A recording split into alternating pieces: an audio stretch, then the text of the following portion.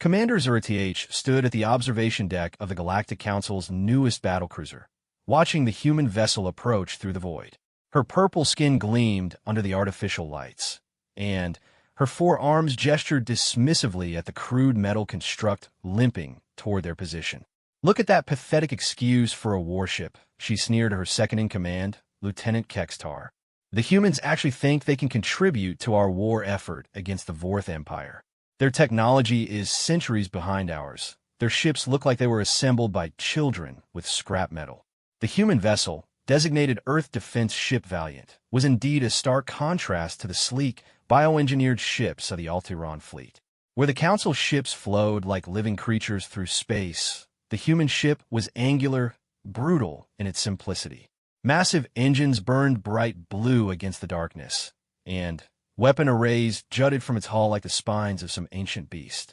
Lieutenant Kextar, ever the diplomatic one, shifted uncomfortably.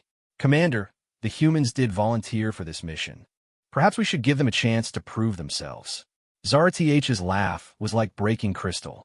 "Prove themselves? Have you seen their combat records, Kextar? They've been fighting amongst themselves for millennia. Wars over resources, territory, ideology. They can't even achieve peace on their own world, and we're supposed to trust them in a real battle against the Vorth." She pulled up a holographic display showing various human conflicts throughout their history. Images of primitive warfare, chemical weapons, nuclear devastation, and endless cycles of violence flickered in the air between them. "They call this experience," Zarth continued, her voice dripping with disdain. "But look at the casualties, the destruction. They solve every problem with violence. When the Corvani faced internal strife, they achieved unity through meditation and philosophical discourse. When the Zenthri had resource conflicts, they developed sustainable sharing protocols. But humans? They dropped bombs on each other. The communication system crackled to life, and a human voice filled the bridge. Council Vessel Harmony's Edge. This is Captain Sarah Chun of the EDS Valiant. We're ready to take our position in the formation." Zarth activated the response channel, making sure to let her amusement show in her tone. "Captain Chun, how delightful. We've prepared a position for you in the rearguard, well behind the main combat elements. We wouldn't want your unique approach to warfare to interfere with our coordinated battle strategy." There was a pause before Captain Chun responded, her voice professionally neutral. "Understood, Commander. We'll take whatever position serves the mission best." "How accommodating," Zarth muttered after closing the channel. "They don't even have the pride to object to being relegated to the backlines." The bridge crew of various alien species exchanged glances. Most shared their commander's view of humans as violent primitives, but a few seemed uncertain. The humans had, after all, managed to develop faster-than-light travel and join the galactic community in record time compared to most species. "Commander," spoke up Navigation Officer Thilwyn, her tentacles writhing nervously, "the human ship's energy readings are unusual. Their power output is significantly higher than what we'd expect for a vessel of that size." Zarth waved a dismissive hand. "Probably overcompensating with brute force rather than elegant engineering. Typical human approach. They probably have some massive reactor that's barely contained, ready to explode at the first sign of real stress." She turned to address the bridge crew directly. "Let this be a lesson to all of you. When a species spends its entire evolutionary history in conflict, it creates warriors, not soldiers. Warriors are unpredictable, emotional, prone to berserker rages that endanger everyone around them. The Vorth will tear them apart the moment they engage." The tactical display updated, showing the approaching Vorth fleet. Hundreds of ships, their dark hulls absorbing light like hungry shadows. The Vorth Empire had been expanding for decades, consuming world after world, turning entire star systems into industrial complexes devoted to war production. "This will be a proper demonstration of civilized warfare," Zarth announced. "Coordinated tactics, superior technology, and disciplined execution. Not the chaotic brawling that humans call combat."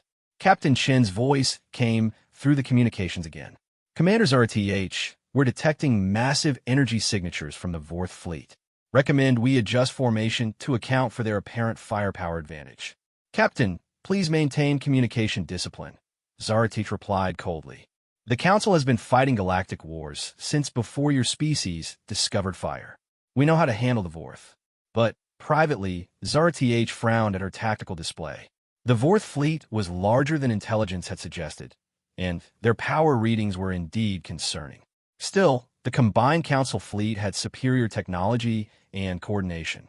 This would be a clean victory that would demonstrate proper military doctrine. All ships, this is Commander Zara-TH. Implement formation Sigma-7. We'll engage the Vorth at maximum range with our particle beam arrays, then close for precision strikes once their shields are weakened. The acknowledgement came back from dozens of ships across the fleet, all except the human vessel. EDS Valiant, confirm formation Sigma-7, Zara-TH commanded. Commander, respectfully request permission to operate with greater tactical flexibility, came Captain Chen's response. Our ship's capabilities are different from Council standard. Zara-TH's expression hardened. Captain Chen, you will follow formation discipline, or you will withdraw from the battlefield. This is not a street fight, or whatever passes for combat in your primitive wars. This is civilized warfare. Understood, Commander.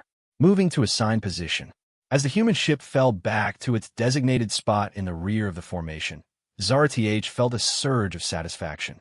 Humans needed to learn their place in the galactic hierarchy. They were newcomers barely advanced beyond their own solar system, and they needed to understand that war was not about wild aggression, but about precision, coordination, and superior technology. The battle will begin in approximately 12 minutes, announced the sensor operator. Vorth fleet is maintaining approach vector. Zara-TH settled into her command chair, confident that this engagement would showcase everything that made Council military doctrine superior to human barbarity. The humans would watch from the safety of the rear lines as properly trained forces demonstrated how civilized species conducted warfare. She had no idea how completely wrong she was about to be proven. The first exchange of fire lit up space like a deadly fireworks display. The Council fleet's particle beams lanced out in perfect synchronization, their blue-white energy streaming across the void toward the Vorth formations. The alien weapons were things of beauty, elegant curves of destructive force that spoke of centuries of refinement and technological advancement. The Vorth responded with their own weapons, dark crimson blasts that seemed to devour light itself. Where the Council beams were precise surgical strikes, the Vorth weapons were brutal hammers, designed to overwhelm through sheer destructive power. Commander Zara-TH watched the tactical display with professional satisfaction as the opening volleys played out exactly according to doctrine. All ships maintain formation integrity. Focus fire on designated priority targets. The battle seemed to be proceeding according to plan. Several Vorth ships showed damage, their shields flickering under the coordinated assault. The Council formation held perfectly, each ship maintaining its assigned position and firing pattern. But something was wrong. Commander, called out the sensor operator, her voice tight with concern. The Vorth are not responding as expected. They're maintaining course directly toward us, despite taking heavy fire. Zara-TH frowned at her display. Standard Vorth tactics call for them to return fire at long range while maneuvering for tactical advantage. Instead, the entire enemy fleet was charging straight into the Council formation, accepting tremendous damage in exchange for closing distance rapidly. They're going to reach close combat range, Lieutenant Kextar observed, his mandibles clicking nervously. Our formations aren't designed for point-blank engagement. Before Zara-TH could respond, space erupted into chaos. The Vorth fleet smashed into the Council lines like a tide of darkness, their ships suddenly revealing hidden weapon systems. Massive boarding pods launched from Vorth vessels. Magnetic harpoons dragged Council ships out of formation, and brutal close-range weapons began tearing through elegant hulls never designed for such punishment. All ships fall back to secondary formation, Zara-TH commanded, but her voice was lost in the cacophony of battle reports flooding the communication channels. Council ship Serenity's Dream reporting massive hull breaches. We're losing atmosphere on 7 decks. This is the Star of Alderaan. Our engines are down, and we're being boarded. Repeat, we are being boarded. Mayday, Mayday, this is the Wisdom's Light. We've lost main power, and the transmission cut to static. Zara-TH stared in horror at her tactical display as neat formation markers turned red, or simply disappeared entirely. The Vorth weren't fighting a civilized battle at all. They were conducting a savage brawl in space, turning sophisticated military engagement into desperate hand-to-hand combat between ship crews. "Commander, the Vorth are using crude projectile weapons inside the ships," reported the intelligence officer, his voice shaking. "Kinetic rounds that punch through bulkheads. The boarding parties are wearing basic armor and carrying what appear to be modified mining tools as weapons." "That's impossible," Zara-TH protested. "No civilized species would resort to such barbaric tactics. Where's their tactical coordination? Their strategic planning?" "They don't seem to have any," came the grim reply. "They're just fighting. Pure aggression with no apparent strategy beyond get close and hit things." The truth was dawning on Zara-TH with terrible clarity. The Vorth Empire hadn't become a galactic threat through superior technology or brilliant tactics. They had succeeded through sheer, mindless brutality. They fought like animals, turning every engagement into a savage melee where their willingness to absorb casualties became their greatest weapon. All ships attempt to regain formation and establish firing solutions at. Her orders were cut off as the Harmony's edge suddenly shuddered under impact. Massive Vorth boarding pods had attached to their hull like parasites, and she could hear the distinct sound of cutting torches beginning to breach the outer bulkheads. "Security teams to boarding breach points," Kextar shouted, but Zara-TH could already hear the terror in his voice. Council security forces were trained for ship defense, riot control, and ceremonial duties. They weren't prepared for the kind of brutal close-quarters combat that was about to pour through their walls. The first Vorth warrior through the breach looked like something from a nightmare. Massive, covered in crude but effective armor made from salvaged metal and bone, wielding weapons that were part tool, part torture device. It let out a roar that echoed through the ship's corridors and charged directly at the security team. "By the stars," whispered Zara-TH, watching the security feed as her carefully trained personnel scattered before the savage assault. "They fight like beasts." But even as she said it, she realized the horrible truth. The Vorth didn't fight like beasts. Beasts had instincts for self-preservation, pack tactics, and rational responses to threats.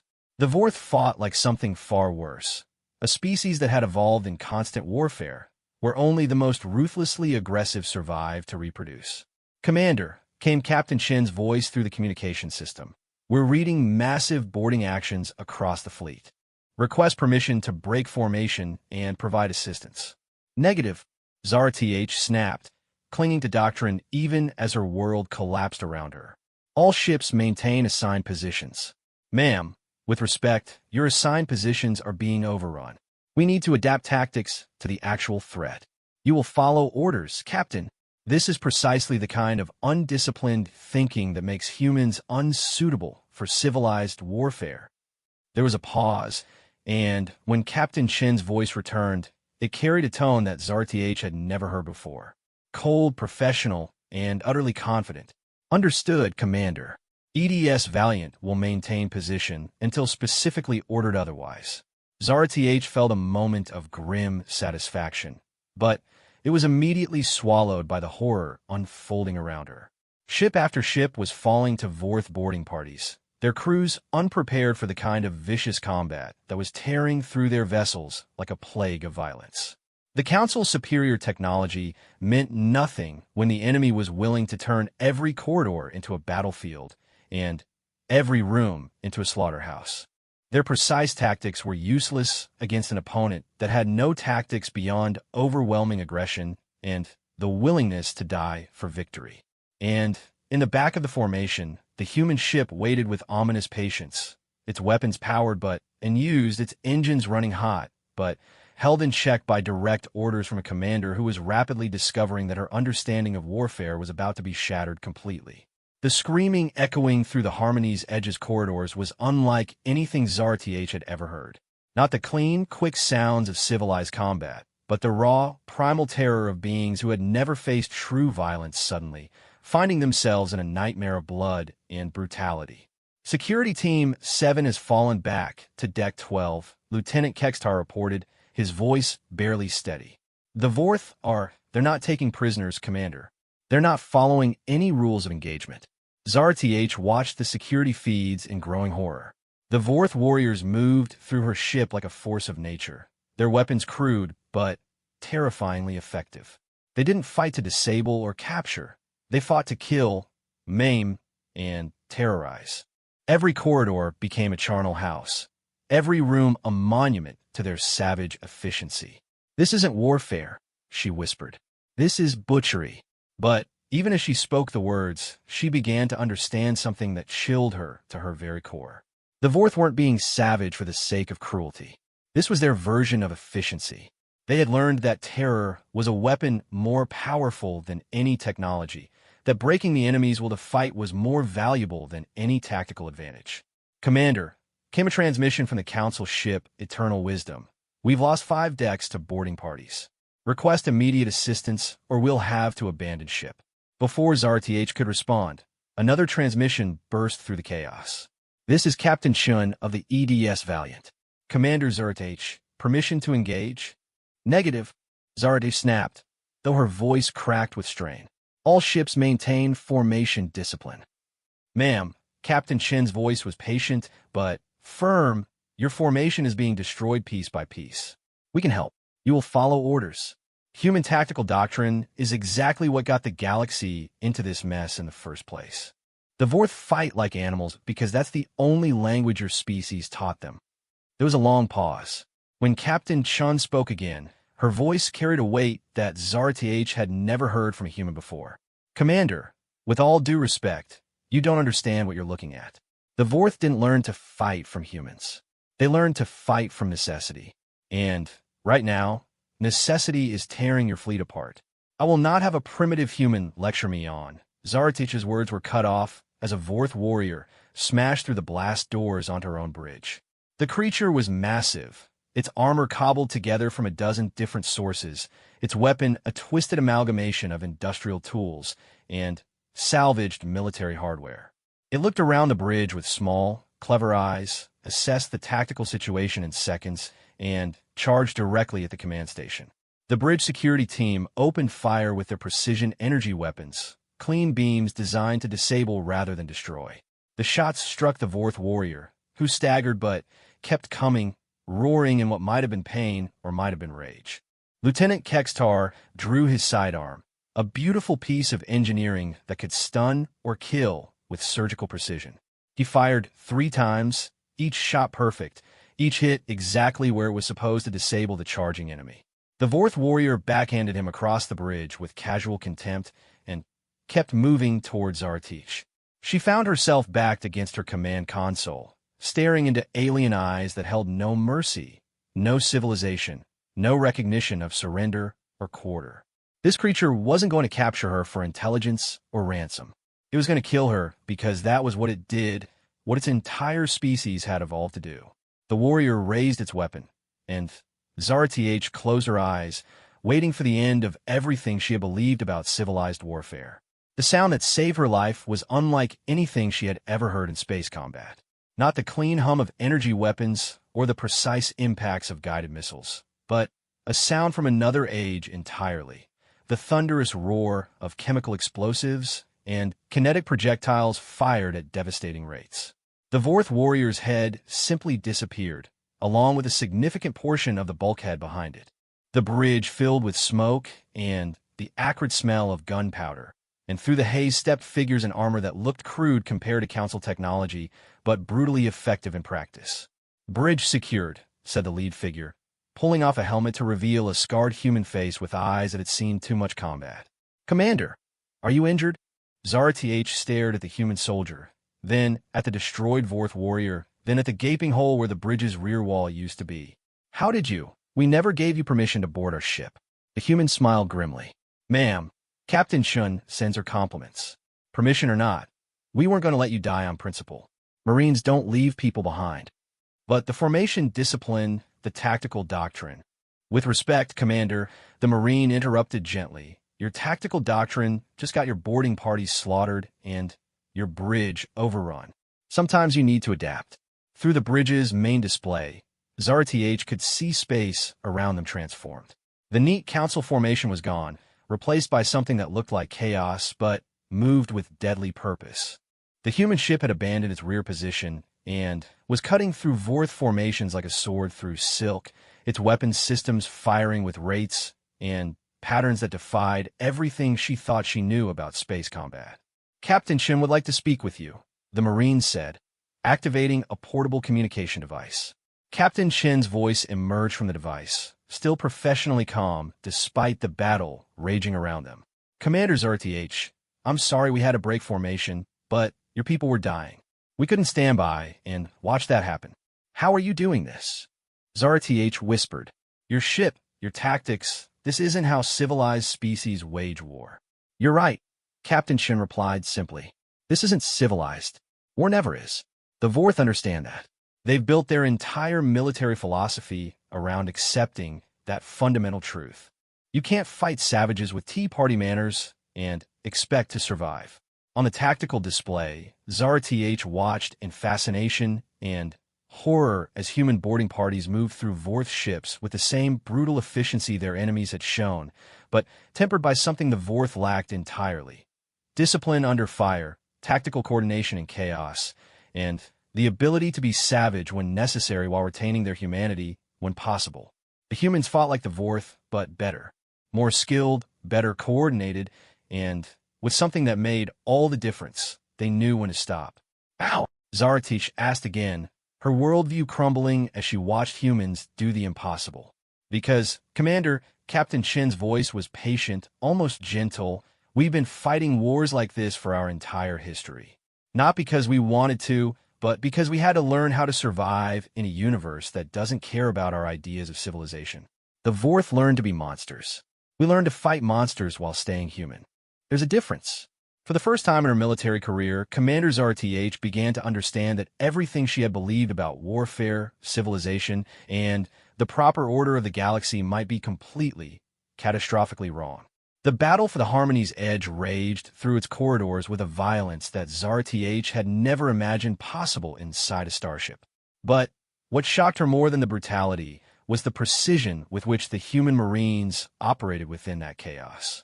She followed the lead Marine, Sergeant Rodriguez, according to his name patch, through sections of her own ship that had become alien landscapes of destruction. The humans moved through the carnage with practiced efficiency, clearing rooms with techniques that seemed crude but proved devastatingly effective. "Flashbang out," Rodriguez called, tossing a small device around a corner where Vorth warriors had barricaded themselves. The explosion that followed was nothing like the clean energy bursts of Council weapons. It was raw, chemical, designed to disorient and terrorize as much as damage. The human assault team flowed around the corner like water, their weapons chattering with rapid kinetic fire. The engagement lasted perhaps 10 seconds, and when the smoke cleared, the Vorth position was eliminated with a thoroughness that made ZRTH's stomach turn. "Brutal," she whispered.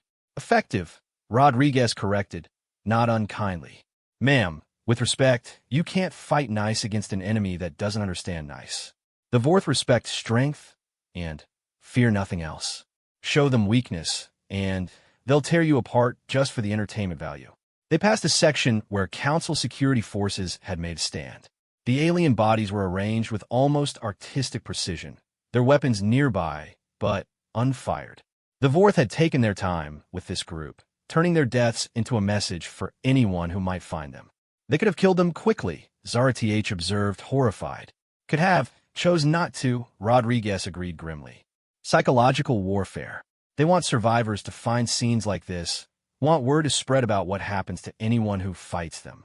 It's terrorism as military doctrine." Around the next corner, they found a very different scene. Vorth bodies lay where they had fallen, killed quickly and efficiently.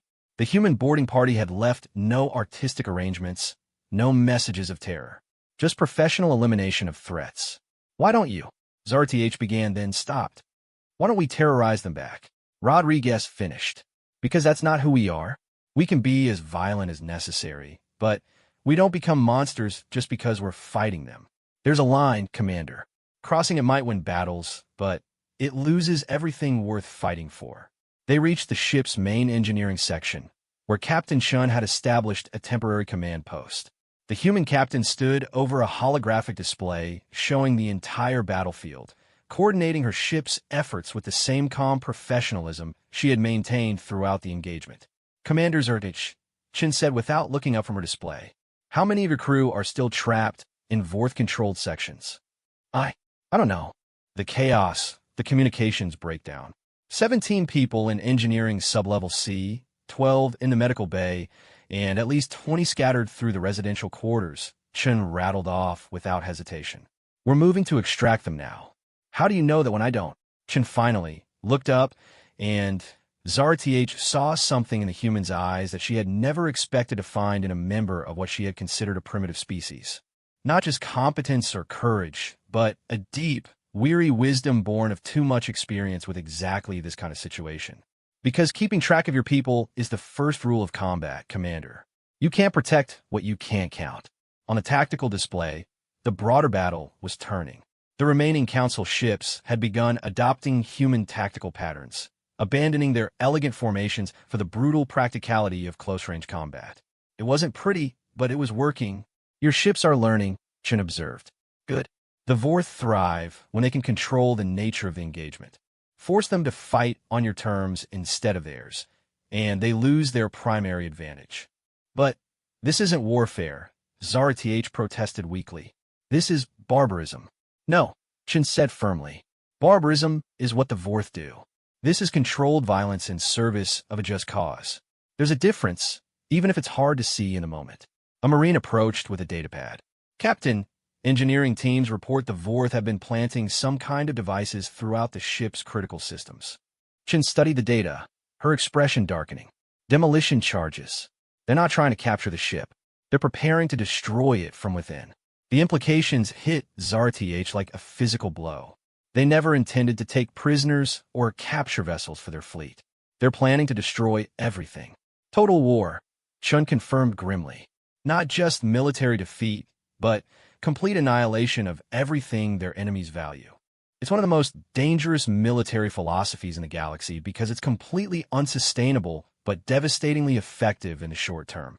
How do we fight an enemy that wants to destroy everything? By being better than they are, Chen replied simply. By fighting hard enough to win, but smart enough to preserve what we're fighting for. By being human when being human is the hardest thing in the universe. Rodriguez's voice crackled through the communication system. "Captain, we've secured the last group of survivors. All Council personnel accounted for. Outstanding. Begin extraction to the Valiant. We'll complete the mission from there." Zarth watched as human Marines efficiently escorted her crew through corridors that had become killing fields, noting how they maintained protective formations around the non-combatants, how they checked each rescued person for injuries, how they maintained discipline and humanity even in the middle of a slaughter. "Why are you doing this?" she asked Chen quietly.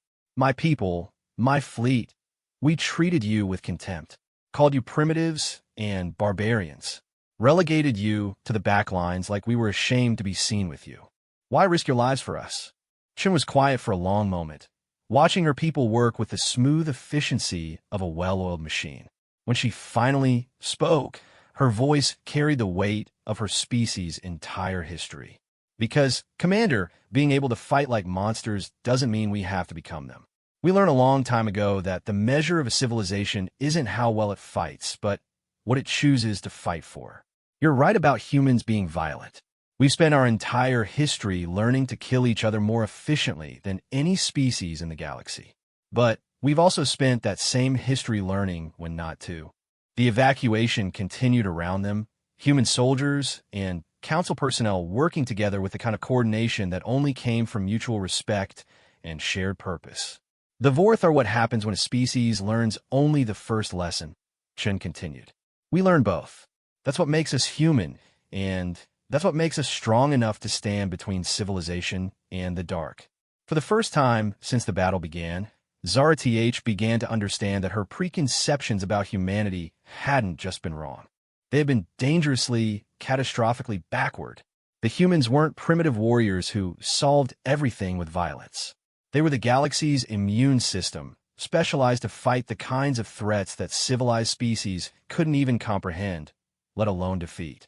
And now, Finally, she was beginning to see why that might be the most important capability any species could possess. 3 hours after the battle began, the last Vorth ship exploded in a brilliant flash that briefly outshone the system star. Commander ZRTH stood on the bridge of the EDS Valiant, watching the debris field that had once been a fleet capable of conquering entire star systems. The human ship's bridge was nothing like the elegant, flowing architecture of Council vessels. Everything was angular, functional, built for efficiency rather than beauty. Screens flickered with tactical data, communication chatter filled the air, and the smell of gunpowder and ozone lingered from the recent combat operations. Captain Shun moved among her crew with quiet confidence, checking status reports, coordinating damage control, and managing the aftermath of the most violent space battles RTH had ever witnessed. The humans worked with mechanical precision, but there was something underneath the efficiency that took the Altiron commander time to recognize. They were taking care of each other. Casualty report. Chen requested from her medical officer. 14 wounded, none critical. Sergeant Martinez has some shrapnel in his leg, and Corporal Singh has a concussion from that boarding action on Deck 7. Everyone else is patched up and ready for duty. What about the council personnel we evacuated? Shaken up but unharmed. Dr. Thilwan is treating some of them for shock, but nothing that won't heal. Chen nodded, then turned to her tactical officer. Enemy fleet status? Complete destruction, ma'am. No survivors detected. No escape pods. No registry signals. They fought to the last ship. The finality of it struck Zarth like a physical blow. An entire fleet, thousands of beings, wiped out in a single engagement. The scale of destruction was beyond anything she had imagined possible. They never surrendered, she said quietly. No, Chen agreed. The Vorth don't surrender, and they don't accept surrender from others. It's part of what makes them so dangerous and part of why they had to be stopped.